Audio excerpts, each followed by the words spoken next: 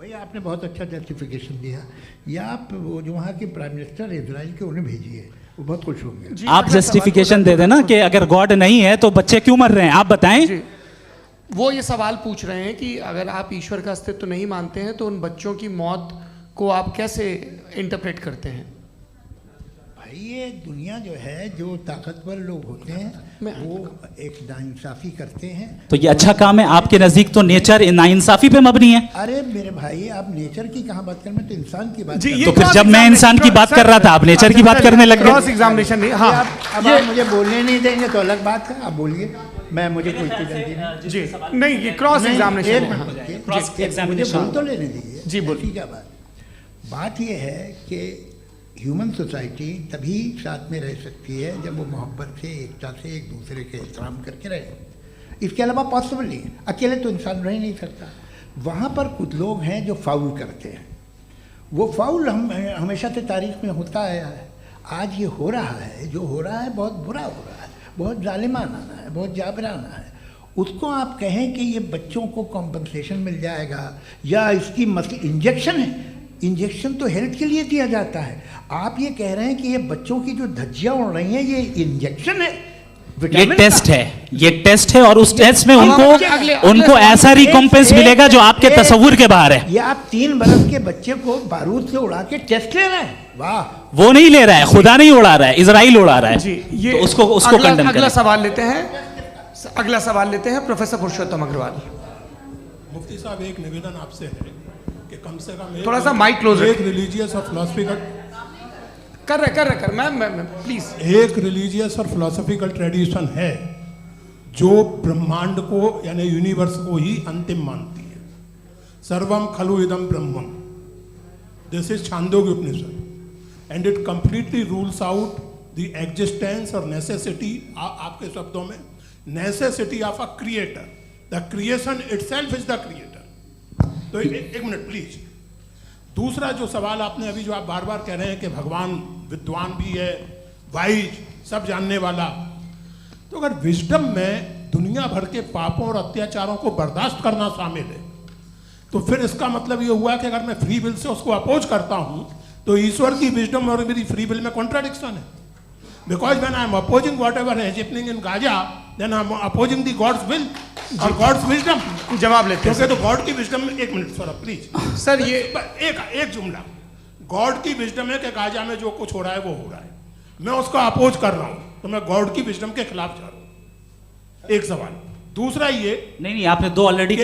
Sir आप और सवाल कर लें, लेकिन मुझे 2 जवाब दे। पहले आपने ये कहा, सुनिए मेरी बात सुनिए। इजराइल के गॉड के मुताबिक तुम्हारा ठीक हो रहा है ना? नहीं हो रहा है, ठीक नहीं हो रहा है। मैं बता रहा हूँ क्या हो रहा है, आप तशरीफ रखिए, मैं बता रहा हूँ क्या हो रहा है। Let me complete please. एक सेकंड गाइस, एक सेकंड। ये देखिए, ऐसा है कि ये सब बड़ा आपस में विचार विमर्श के बाद ये तय हुआ था कि कुछ नियम बना लिए जाएं ताकि एक टाइम बाउंड बातचीत चले। और भाई साहब, आप बड़ा ज़रूरी काम कर रहे हैं लेकिन कैमरे के फ्रेम में आके उस काम को गड़बड़ कर दे रहे हैं। ठीक है गुरु, अब मेरे को कहीं का गुस्सा कहीं निकालना था, सॉरी।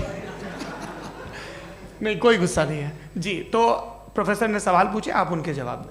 और थोड़ा ये सब लोग थोड़ा ख्याल रखें भाई, सवाल संक्षिप्त रखें जी। आपने 2 सवाल किए। सबसे पहला ये कहा कि हमारे पास ये कॉन्सेप्ट है कि ये यूनिवर्स खुद नेसेसरी बीइंग है, creation itself is the creator. How irrational is this कि मैं एग्जिस्ट करूंगा बाद में लेकिन अभी एग्जिस्ट कर भी रहा हूं, यानी एक ही टाइम में एग्जिस्ट भी कर रहे हैं, नहीं भी कर रहे हैं। This is not true.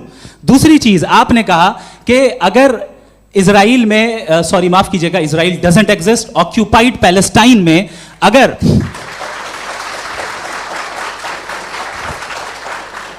Occupied Palestine में बच्चों को मारा जा रहा है फ्री विल की वजह से और गॉड नहीं रोक रहा, ये कॉन्ट्रडिक्शन है। ये बताइए कि एक एग्जाम में एक बच्चा गलत आंसर लिख रहा है, सुनिए, एग्जामिनर चाहे तो रोक सकता है, क्यों नहीं रोक रहा है?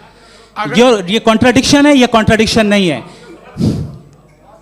माइक नहीं सर, ये आपस में जी, ये क्या आपका सवाल?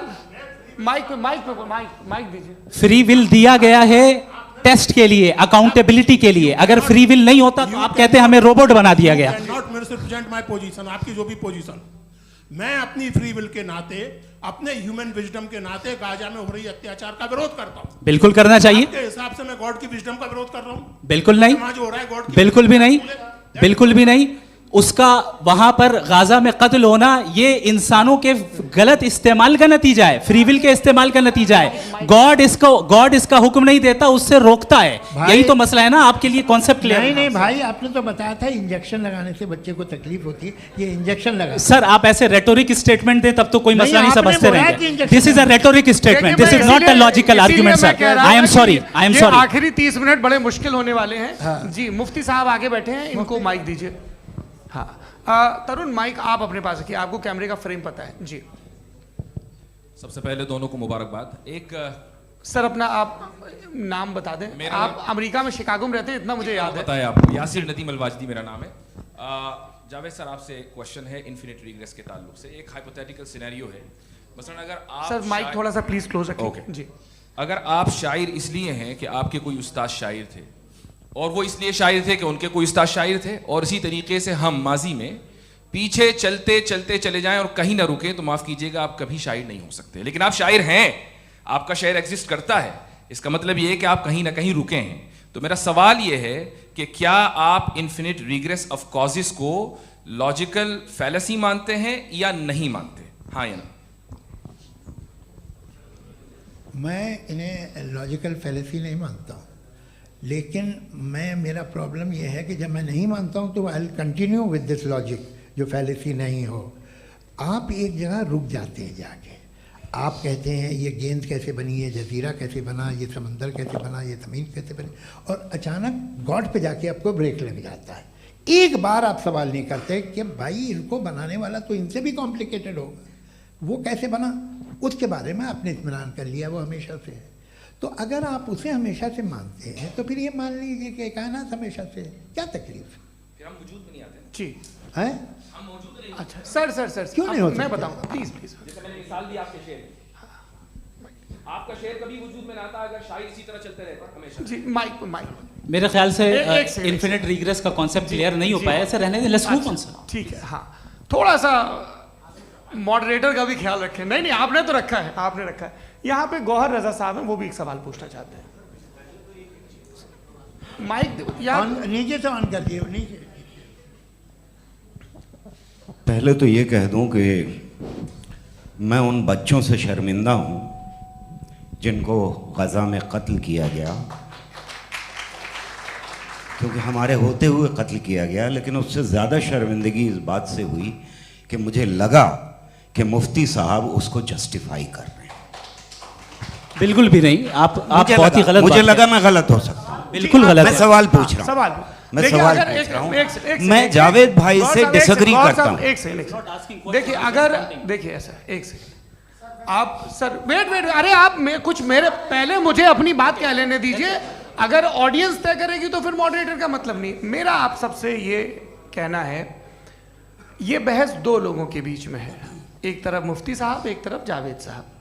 पिछले 1.5 घंटे से ये लोग अपने अपने तर्क रख रहे हैं। आपकी इनसे इत्तेफाकी हो सकती है, ना इत्तेफाकी हो सकती है। मेरे उस्ताद मुझे सिखा गए हैं कि मुखामुखम में असहमति की गुंजाइश बची रहनी चाहिए।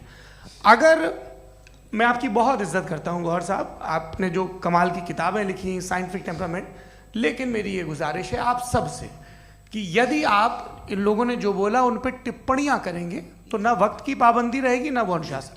आप सवाल पूछ लें, उस सवाल में जो बात आ जाए वो आ जाए।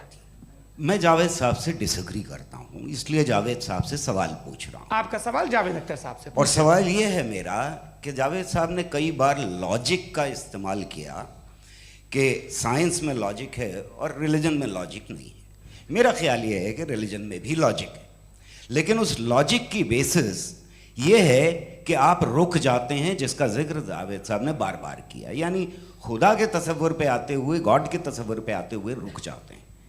और इसमें सवाल पूछना मतलब फॉरबिडन होता है। सवाल ये है कि क्या जावेद साहब इससे एग्री करते हैं कि साइंस की लॉजिक अलग है और रिलीजन की लॉजिक अलग है? बताइए सर।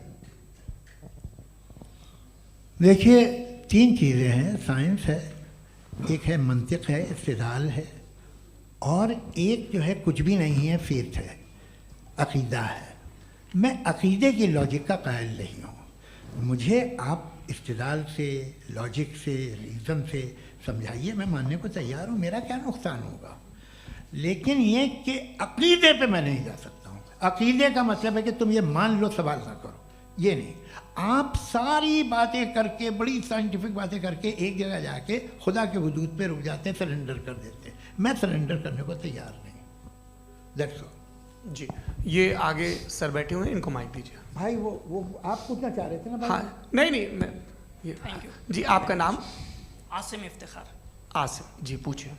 सर, जावेद सर से सवाल है कि आपने अपने क्लोजिंग माइक थोड़ा करीब रखिए। अपने क्लोजिंग स्टेटमेंट में बात कही थी कि मज़हब का जो फ्यूचर है वो ज़्यादा दिन नहीं जाने वाला है, लेकिन मैं देख पा रहा हूँ कि जो ऑक्सफोर्ड यूनिवर्सिटी की एक स्टडी है 2011 में हुई है, जिसके 50 एकेडमिशियंस ने इसको अंजाम दिया था, उसमें वो ये कहते हैं कि जो फेथ इन गॉड है वो इनबिल्ट है ह्यूमन नेचर के अंदर, जिसको हम कहते हैं फितरत के अंदर शामिल है वो। और वो ये कहते हैं कि अगर कोई ये समझता है कि मज़हब को वो ख़त्म कर देगा तो ये उसकी गलत फहमी है। तो आप इसके बारे में, इस स्टडीज़ के बारे में क्या कहते हैं? ठीक है, मैं उनसे एग्री नहीं करता हूँ। वो कौन से प्रोफेसर होंगे? ऐसा उनके क्या पास डेटा है, इन्होंने डेटा के बेस होगा। डेटा क्या हो सकता है? फ्यूचर का डेटा तो नहीं हो सकता ना उनके पास, प्रेजेंट का डेटा हो सकता है। डेटा आपने सुना 100 साल पहले का बाद का डेटा? मैंने तो नहीं सुना आज तक। तो आज उनकी ये राय है और होगी राय, ठीक है। दुनिया में तरह तरह की राय है लोग, लेकिन मैं समझता हूँ कि वक्त के साथ इंसान ज़्यादा से ज़्यादा रीज़नेबल और लॉजिकल होता जा रहा है। आज आप देखिए वेस्टर्न यूरोप में क्या परसेंटेज है नॉन बिलीवर्स की, बहुत हाई। वहाँ चर्च खाली पड़े होते हैं। तो अल्टीमेटली तो इंसान कोई ऐसी बात बहुत अरसे तक नहीं मान सकेगा, चाहे गलत या सही, जो उसे, उसके दिमाग को, उसके जहन को, उसकी लॉजिक को अपील न करे। वो कह रहे हैं तो ऑक्सफोर्ड के होंगे, तो कैम्ब्रिज के होंगे, तो मुझे क्या लेना देना। उनका डेटा मुस्तकबिल का नहीं हो सकता है। जी। दीपक, हाँ पूछिए। मैं आऊँगा, अभी पीछे की साइड भी आऊँगा, माइक वहीं भेजूंगा 2-3 साल के लिए। जी जावेद साहब, आपसे सवाल है। नमस्ते अरे भाई सर, अगर आप ही लोग तय करना है तो फिर 200 लोग तय कर लें। ये एक साथ नहीं sir, please don't do this sir. Everybody has a right sir, but we can only take selected questions. No sir, ये यंग लोग भी हैं तो इनकी ये अब उतने यंग, सुनिए। भाई आप यंग हैं कि नहीं हैं? एक वो कह रहे हैं वो भी यंग हैं पूछ रहे ना साहब। भाई। आप उनकी नौजवानी पर दावा उनको ही करने थे। हाँ मुफ्ती साहब, आप यंग, हाँ पूछे। अरे भैया सर, मेरा सवाल ये है। कुछ इनसे भी तो पूछो जी हाँ। नहीं, बस आपसे एक सवाल है। जैसे थीस्टों के पास, अपने जो ईश्वर को मानते हैं, उनके पास अपने सोशल गेट टुगेदर्स हैं। 5 रोज़ आज क्रिसमस आने वाला है, होली है, दिवाली है, ईद है।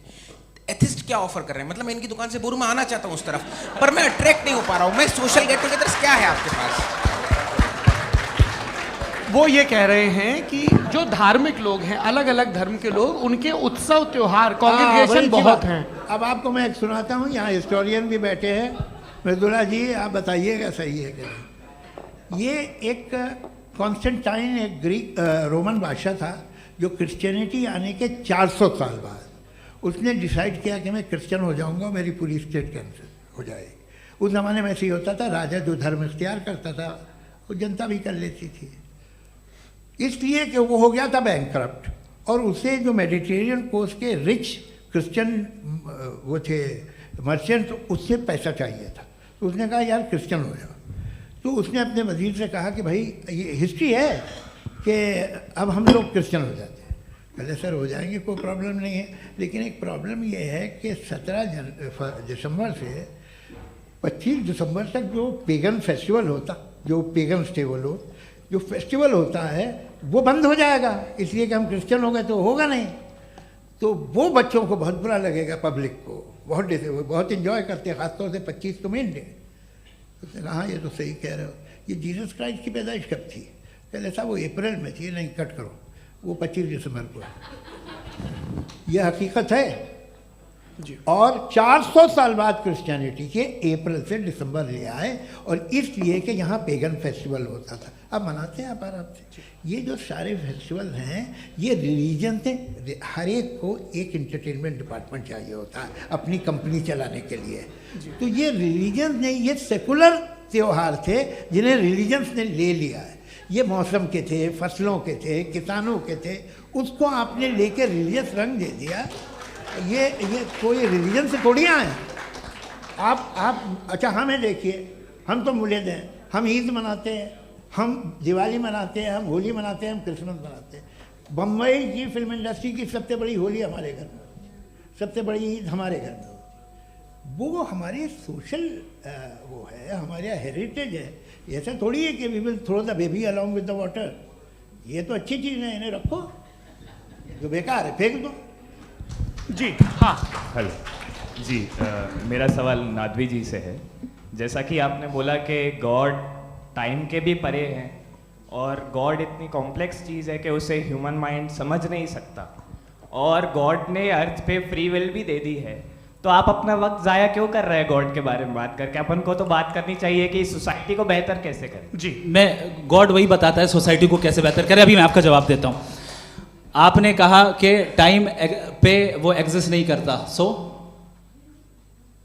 मेरा सवाल ये है कि जैसा आपने बोला कि गॉड बहुत ही कॉम्प्लेक्स चीज़ है, मैंने कहा ही नहीं कि कॉम्प्लेक्स है, तो आपके अल्फाज हैं।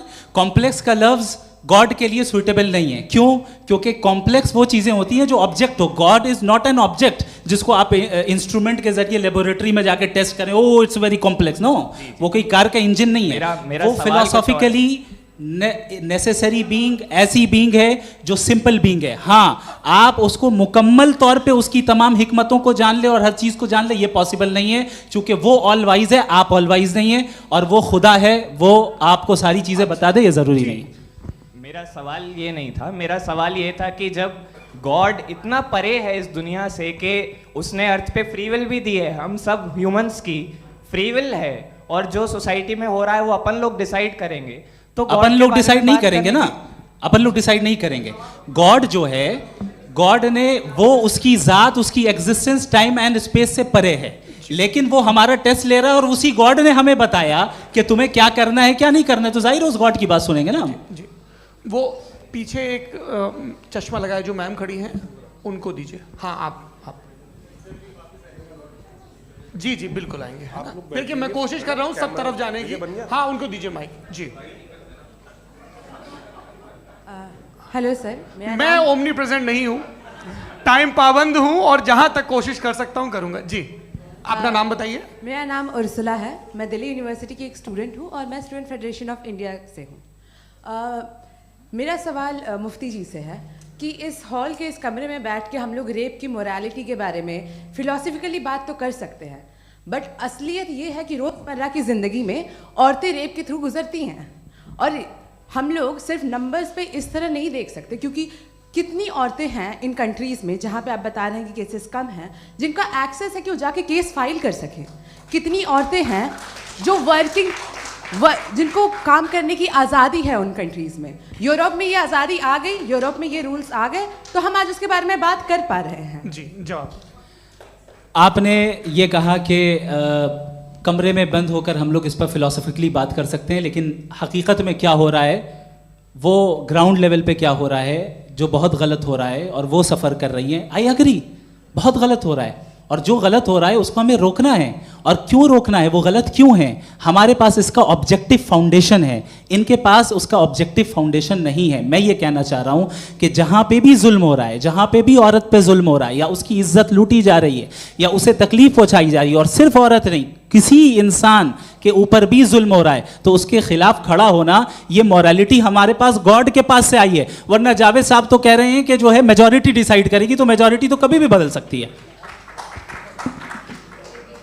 क्या आप हाँ। ये थोड़ी सी आपको गलतफहमी है। मैं अगर मेरे जुमले से ये मतलब निकला या मैंने कहा, तो ये जुमला मैं वापस लेता हूँ, ये मेरा मतलब ही नहीं था कि मेजॉरिटी डिसाइड करेंगे। मेजॉरिटी डिसाइड करे तो दुनिया में बड़ी, वैसे आपने कहा था ये जुमला। अच्छा हो, मैं मान रहा हूँ, बाद में रिकैप कर लेंगे। अरे एक सेकंड मैं अपनी एक्सप्लेनेशन दे रहा हूँ।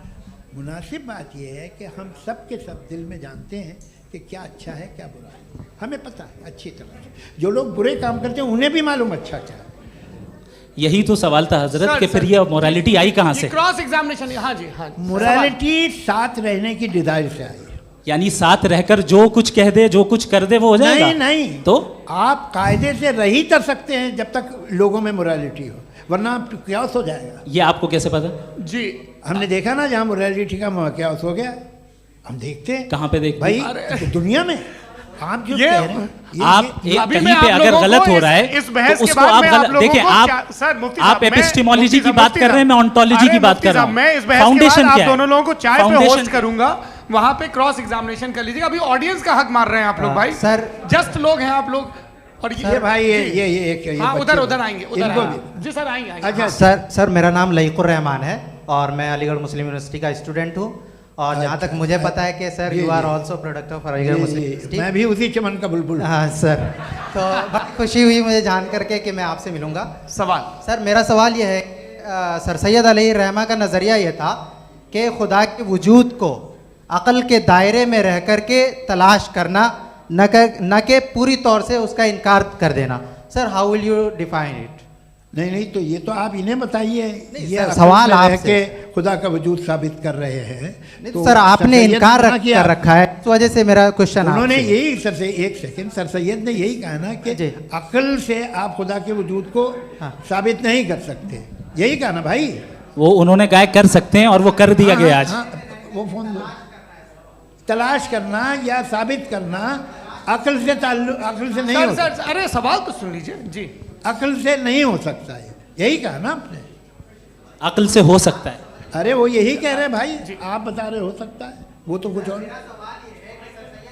आप अगर सर देखो नौजवान फोन ले लो, इतनी कमाल की यूनिवर्सिटी है। अरे भाई दे दो मेरी उन्हें बात जरा तो- एक मिनट, अरे दे दो मेरे भाई माइक। मेरी बात सुनो, नहीं, माइक मैं पे समझ- बोलो ताकि जो लाखों लोग देख रहे हैं माइक दे दो ना। अरे देंगे ना माइक, तुम ठहरो तो।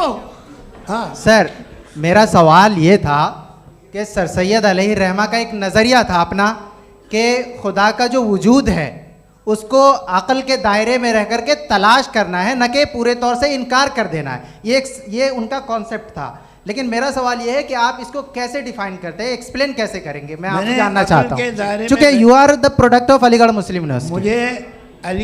मुझे अक़ल के दायरे में रख के मैंने बहुत तलाश की, मुझे मिला नहीं।